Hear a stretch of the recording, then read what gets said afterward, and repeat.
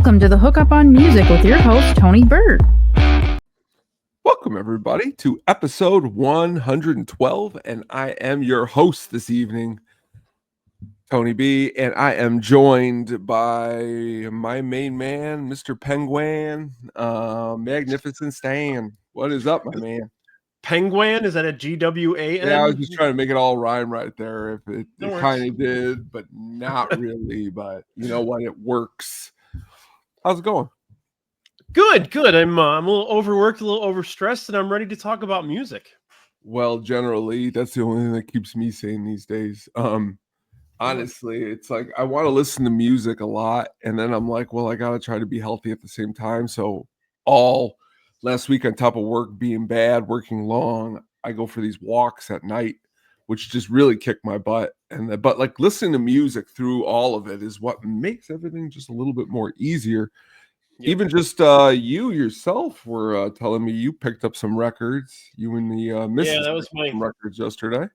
That was my post-work therapy yesterday. We went to we go to a record store in Wheaton, and we've become good friends with the guy that runs it. And we just like to go in there and rifle through his massive stash of stuff. And last night we we went home with maybe a little too much, but you know. It's been a long week. So why not pick up a lot of music? It really has. Yeah, it's been a long year so far. So it was nice. We picked up some goods. So it's always humorous because just last night I brought up to Katie. I was like, do you remember on December 31st when you were like, it's all going to be different this year. It's going to be a lot of different feelings. It's going to be a different changes. And I go, here we are, April 1st. And we're deeper in it than we were on. Steady as she goes. Steady as she goes. Then, if you look right there, that's one of the things I picked up last night. So. And it's funny you should bring that up because I was just going to ask you after a long week like we've had, I would like nothing better to ask you to hold me closer. Tiny magnificent Stan, I guess you could say. It's Tony. It's Hold Me Closer, Tony Danza. You got to remember that. Which I was going to bring up at a college party I thrown. I had like everybody singing that version of it, which was really great. But what wasn't was that somebody wrote on the wall of my roommate who was renting this house out, "Hold Me Closer, Tony Danza." And he was screaming at me that how can I allow that to happen? And I was just like, it was pretty cool though, man. You should have been there. Kind of probably just like the party in the movie where they're all at the swimming pool. Whoever owned that house was like, you had to be there, man. You just had to be there. Right. A lot of good stuff though on that record. It's phenomenal. It's phenomenal. It's like a perfect encapsulation of that genre for all levels of rock. I mean, it has a little bit of everything. So, would you say that the Stillwater track is your favorite? No, I feel like that's the worst track, but that's not a bad thing because the whole thing is good. You know? Yeah. I love that. I love that one Yes song on it. I've seen all good people. Yeah, that one. Yep. Each day. So I've liked that song since I was a real young kid. That one is and I'm not like the hugest Yes fan.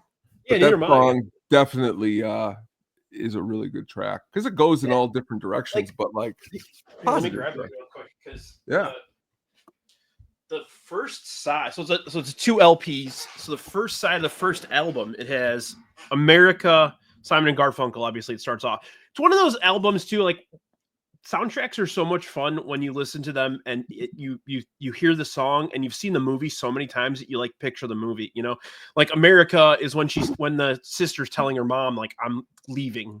Yep. And she plays the song.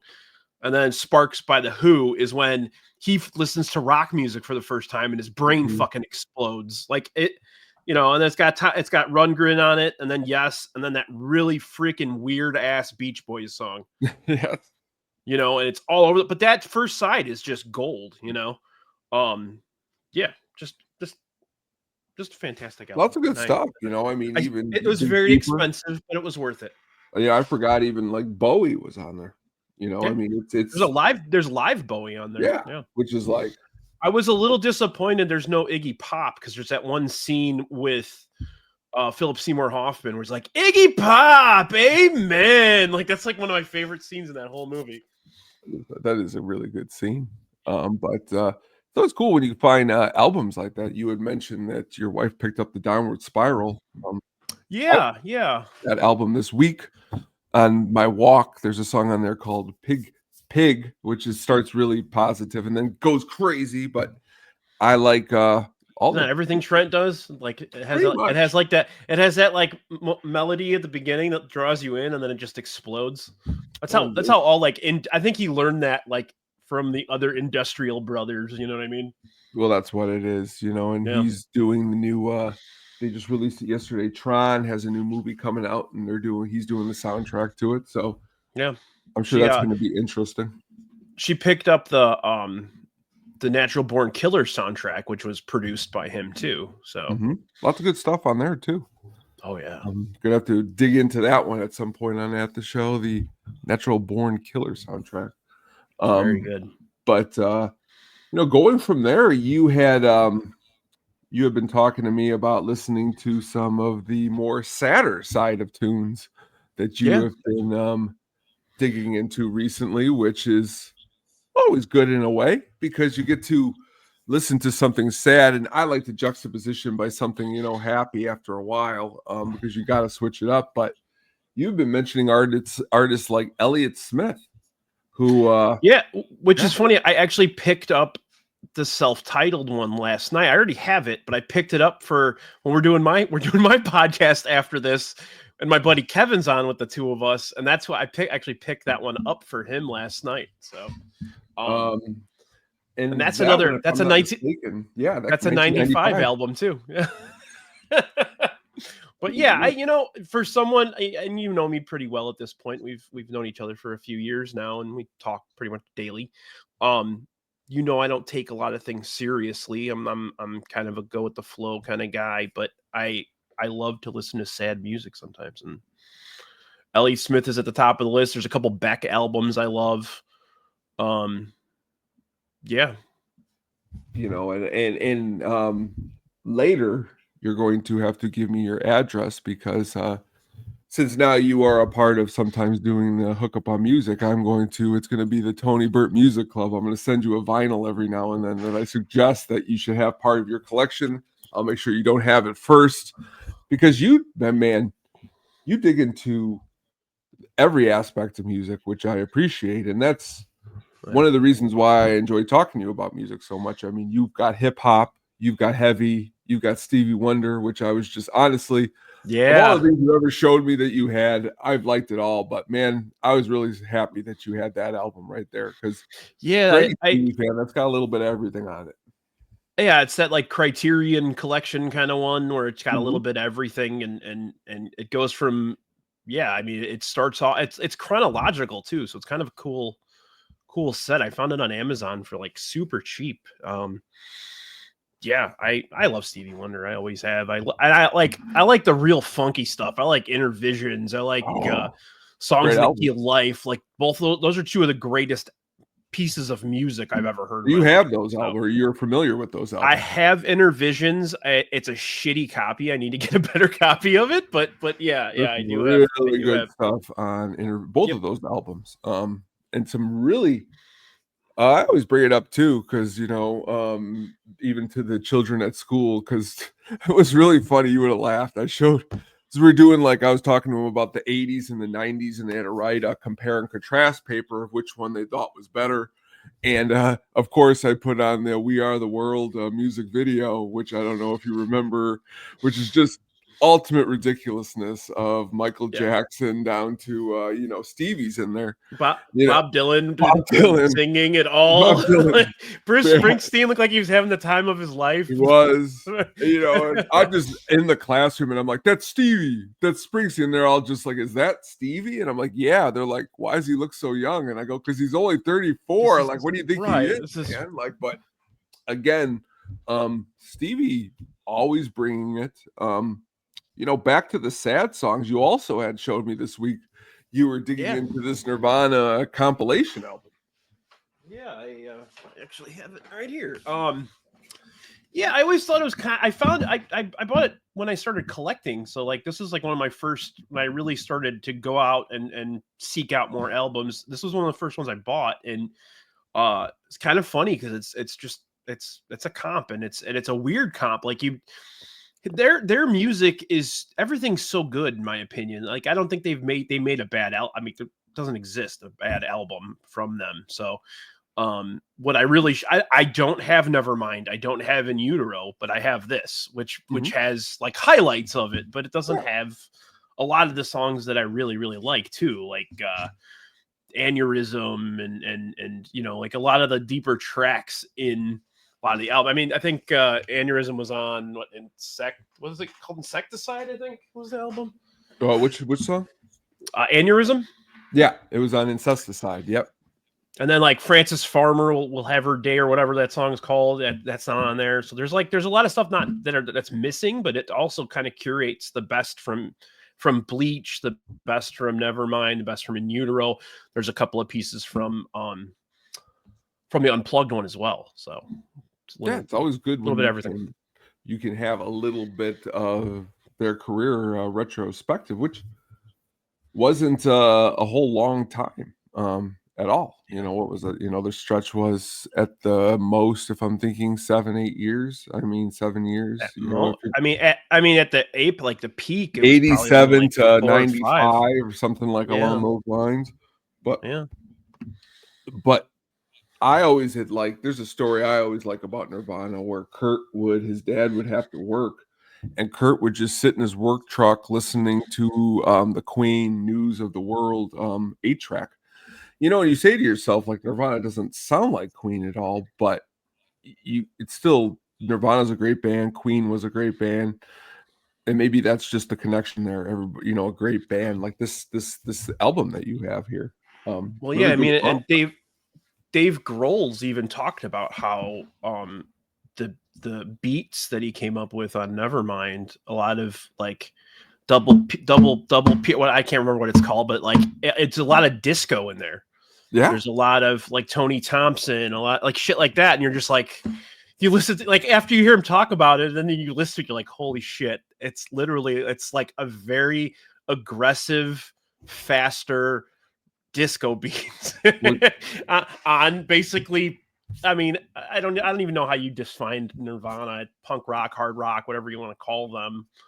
Grunge rock, you know, and I don't even think there's parameters for what grunge is. It's just a time frame and a mindset, you know. Yeah, it is.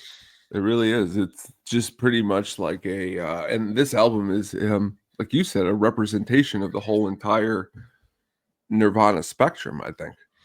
Yeah, if you have like kids and you want them to learn what Nirvana was, it's like a perfect thing to turn on for them. You know, you see a lot of the high school kids wearing Nirvana shirts. They don't even know what the fuck Nirvana is. And this is something you should just give it to them. Like, here, listen to this. As opposed to taking what a normal human would be if they worked at a school, my lunch break. Instead, I make extra money by monitoring the lunch hall during lunch. Yeah. So like when a kid will come up to me and they'll be like, can I use the bathroom? He's got like a Nirvana shirt on. I'll always be like, give me your favorite song. Yeah. Even this past week, it's hilarious. This past week, the Deftones played the United Center. And the next day I saw this girl with a Deftones shirt on. I was like, did you go to the show last night? And she looked at me like I was asking her, I was just like, man, I was just asking you because maybe you would have went. I don't know.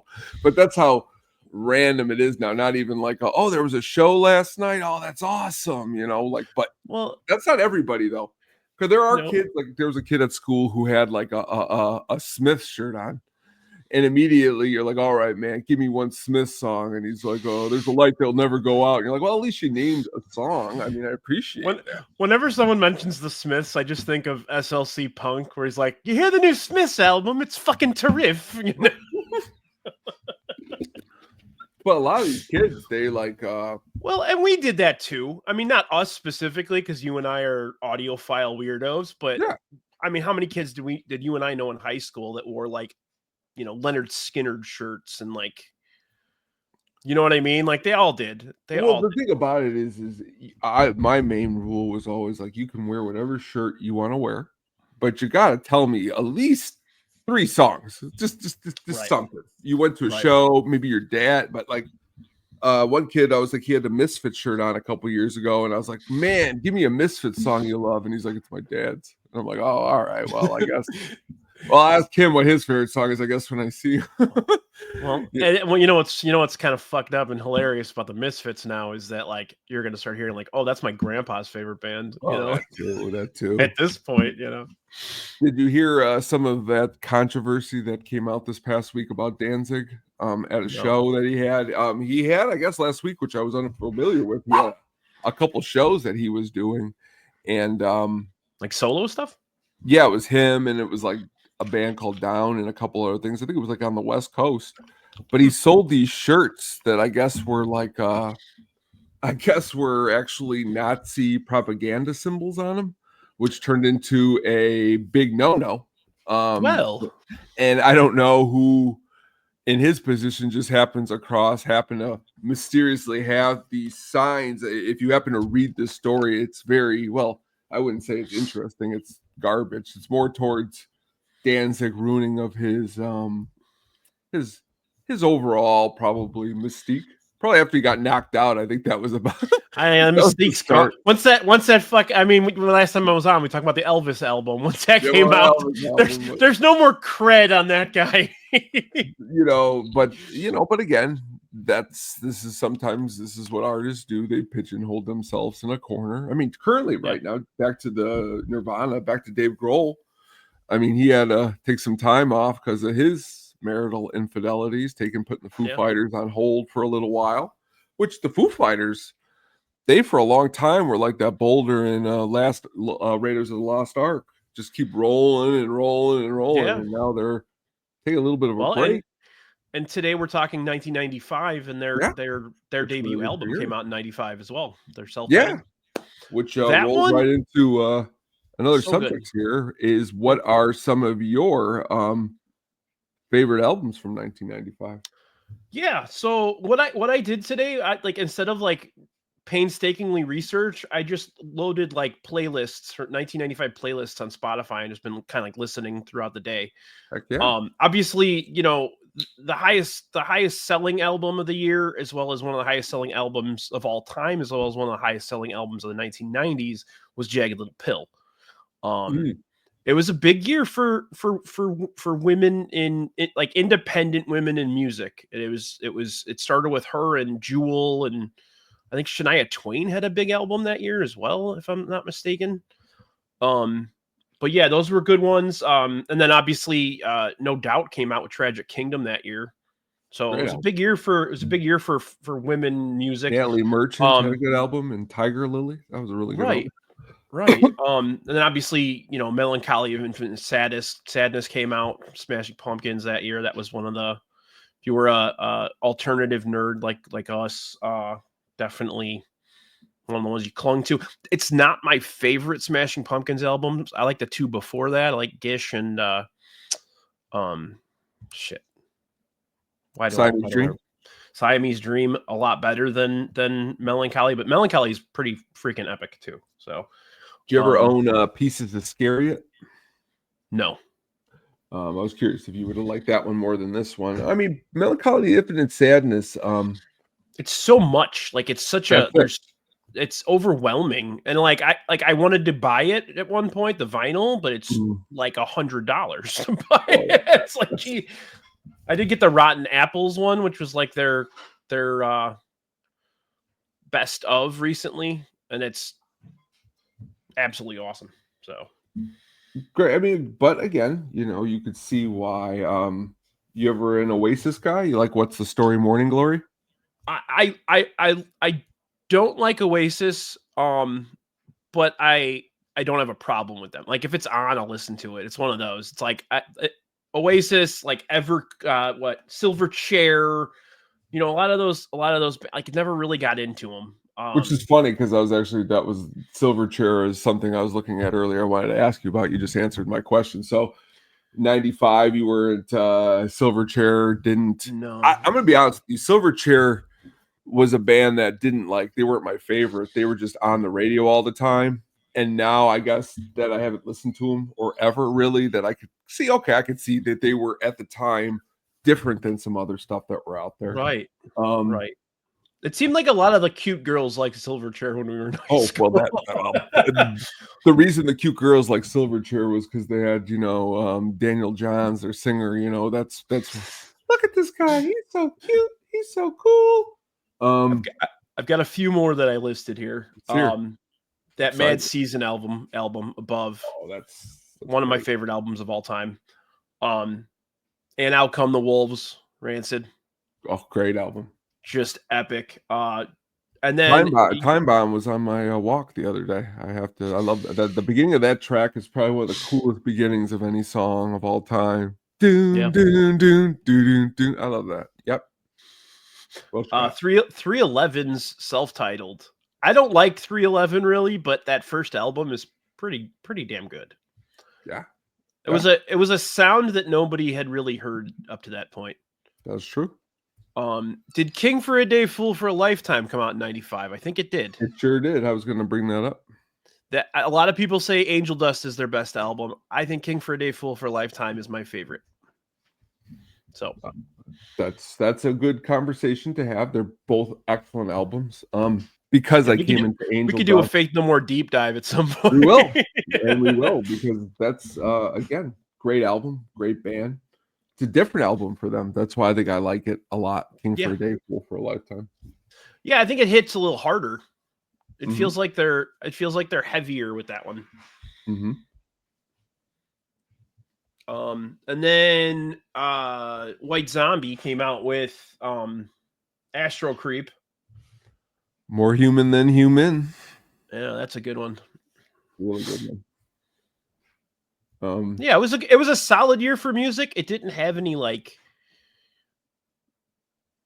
pantheon of album type of things, except for Jagged Little Pill, in my opinion. But just really solid music throughout the year. You a Radiohead guy? I do. I'm not a huge fan of the Bends, though. I'm an OK Computer guy, man. Like, but yeah, no, the Bends it's not a bad album. I like Fake Plastic Trees is wonderful. That's a really good song. What about Garbage? Hit or miss. Like like another one I'll listen to, but it's not like I don't actively seek it out. Right. Marilyn Manson came out with Smells Like Children that year. It's a good album. Not a good person, but a good album.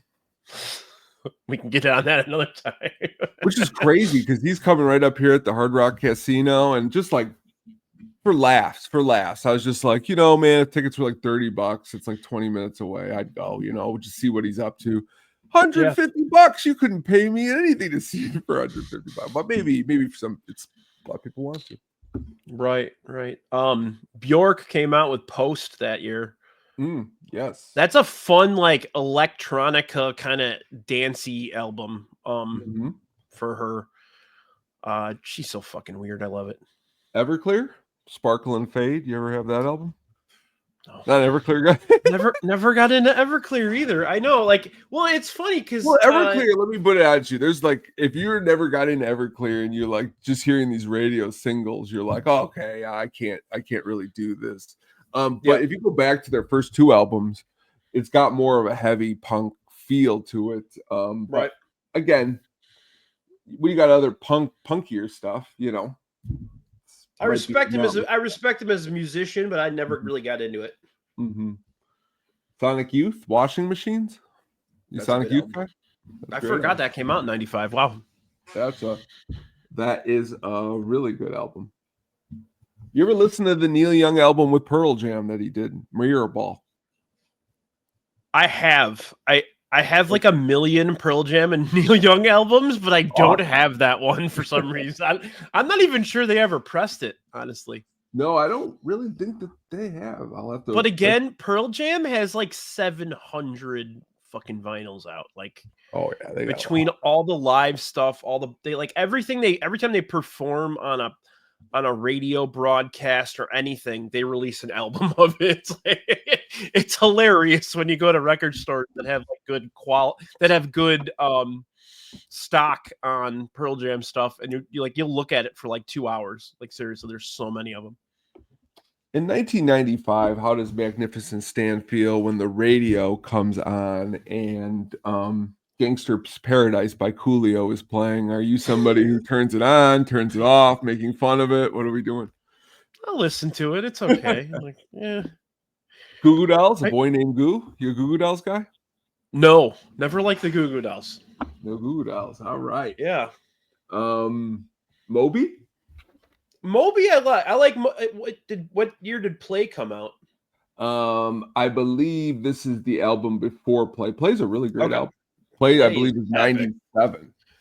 So Play is the only album, to my knowledge, that every single song was licensed for commercials. The entire album was licensed. Every track. Presidents of the United States of America? That is a good album. It was kind of unfortunate they never did anything else after that. No, but that was... They kind of faded a little bit. Collective Soul had a good album that year too. I forgot. Bring that up coming up. It was just on my list there. Yeah. What I liked was there was a song on the album called Gel, which was first on the Jerky Boys soundtrack. Which I don't know if you remember the Jerky Boys. They had some. I sure do. They were like, I'll never forget. Like it was like 1 year, all the kids were like, "Jerky Boys, man, they're the coolest," and then that was it. They went away. My daughter, she's dying, and you offered me coupon. It's been such a long time since I've listened to that. I couldn't tell you anything about it besides what you just did right there. Right. Are you a Alice in Chains guy? Yes, the self-titled came out that year, right? Yes. Got some good stuff on there. Why do I not? Like, it's probably just me getting older and just forgetting, but like, I literally don't even remember what's on that album. Like Heaven Beside You, Over Now, Grind, again, it's their last album with him, and he's obviously in a state on the album. You could tell from the get-go, which is, it's sad. It's another sad situation. Well, and he was also working on the Mad Season stuff at the same time. So, that too, and that's why you didn't see anything from like Soundgarden or Pearl Jam or Alice. I mean, Alice in Chains came out with that, but you didn't really see a lot from the staple grunge bands at that point because Mad Season came out, and then obviously Kurt was gone at that point. So, you got a Tupac vinyl? No. No, I never really got into Tupac. I find myself getting into Tupac like in the last couple of years, like in my 40s. Like I'll be on my walk, listening to Tupac, like thinking I was like, and if someone just had my headphones, be like, man, calm down over there, pal. It's not that, but like I don't want to sound like a snob, but like a lot of my hip hop stuff was like very I liked Tribe Called Quest. I like the Beastie Boys, like stuff that had more to it. I thought, you know what I mean? Like even like I think Wu-Tang has more to it. But yeah, exactly. Yeah, no, that was like almost like a musician's hip hop. Sadly, when I listen to like a Tupac or something, I have to play the game of empathy. Like I'm a Los Angeles guy living on, and I hear it, and I'm like, yeah, this is my life. This is who I am. When the reality is, I'm just a man who lives over the border. Inability to resonate with it. I got you. It's not really like if you came over and me and you were like shooting pool, it's in the background. Like it's something we're like jamming to. It's more something like you're trying to find the connection to be like, well, this is why people liked it. But before we roll out here, I had asked you to check out a song. X, True Love, Part 2. Now, first of all, before we go in any further, I don't know if you're familiar with the band X. They are a punk rock band started in 1977. Debut album was produced by Ray Manzarek, keyboardist of The Doors. Oh, wow. That's cool. Lead singer, the female in the band, has a child and was involved with Viggo Mortensen, lead actor. And the other gentleman in the band, John Doe, is in Roadhouse. He's the gentleman with the mustache who And even more importantly, they have played Riot Fest. Wait, But back. So wait, what's funnier, the fact that his name is John Doe, or I don't. Oh, He's in Roadhouse. He's in some other stuff. He's also in Boogie Nights. He's the gentleman who takes Julianne Moore to court because she's in porn, and he's like degrading her because of her. My porn wife career. is a pornographer. Yes, that is him. So I had to listen to this song because taking all of that information in, and then just this song in general, ridiculous. Good. Would you listen to it again? A little bit of both. Yeah, it feels like the Clash had a baby with the B-52s a little bit. Yes, that's all I was looking for here tonight. And they were like, they pulled some, like they were singing like Black Betty at the end. Like, what the hell's going on there? It's almost like they composed the album and they're like, we need to fill something in here. I don't know. It's like when System of a Down had to fill a song, and they found a passage in the Holy Bible to just, and it's like the best part of the fucking song. So it's almost like that, you know. It was just, again, and honestly, how did I find that song? I was like, it was like 10 years ago. I'm on a walk and XRT plays it like in the mid-afternoon, and I was like, what am I listening to? What is this? And then, well, just like reading the comments for this song, there's a lot of people that are just kind of obsessed with them. Yeah, well, that's funny. And if you really go back to the first album, or actually anything else that they listen to, they sound a lot more punk rock than that song. Like that song is an outtake of something, like you said, like a B-52's fun. And even if you get an opportunity, check out the music video, because it has them like on those things on the train tracks where they're like going up and down. That's what I watched. I actually watched. Did you watch the music video? Okay, so then you saw how even more ridiculous. Yep. The whole entire. I've watched. Well, and then like early '80s music videos were so fucking weird to begin with, you know. Yeah. But thank you so much, my good man, for joining tonight. As you can see, we could just get on a roll and talk about anything. Yeah, we could have gone another couple hours here, you know. We sure can, and that's why we spread these half hours out to add up to a couple hours. So hopefully in about a month we'll talk to you soon, and you can come back on and we will continue to jam out. But before then, why don't you go ahead and tell everyone what you got coming up, which actually is going to probably be airing before this, but they could check it out. Right. Well, right after we're done recording, we're gonna get set up and get moving. We're gonna do episode 72 of It's Getting Drafty in here. We're gonna be drafting movies from 1995, which we just talked about 1995. So nice little tie-in for both of them, you know. Tony's gonna be on, as well as my buddy Kevin. And then every Sunday moving forward is the goal is to try and do a draft every Sunday. Moving forward, that's about it for now. Very, very awesome. And if you can, please go back and check out the At the Show this past week. We talked Val Kilmer, like a kind of a memorial, which at the end, the soundtrack I picked was from a movie called The Saint, which has Moby on there and some of the other stuff we've talked about tonight. And we're taking a break this Friday, but we'll be back the following Friday. But everyone out there, thank you so much for checking everything out on the Sadistic Penguin Studios.